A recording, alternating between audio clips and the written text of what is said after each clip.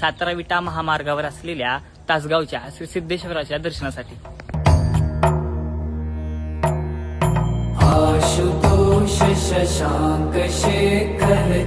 या श्री सिद्धेश्वर देवस्थानाची एक कथा अशी सांगितली जाते की जेव्हा पांडव हे अज्ञातवासात होते तेव्हा या कृष्णेच्या काठावर त्यांचं वास्तव्य होतं.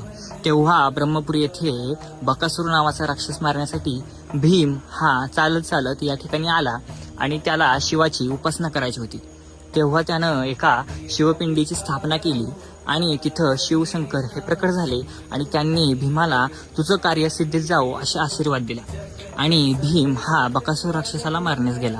पण जेव्हा भीम हा बकासूर राक्षसाला मारण्यासाठी जात होता तेव्हा त्या महादेवांनी त्याच्याकडे असं वचन मागितलं की तू जोपर्यंत माघारी येत नाहीस तोपर्यंत मी या स्थानावरती बसून राहील.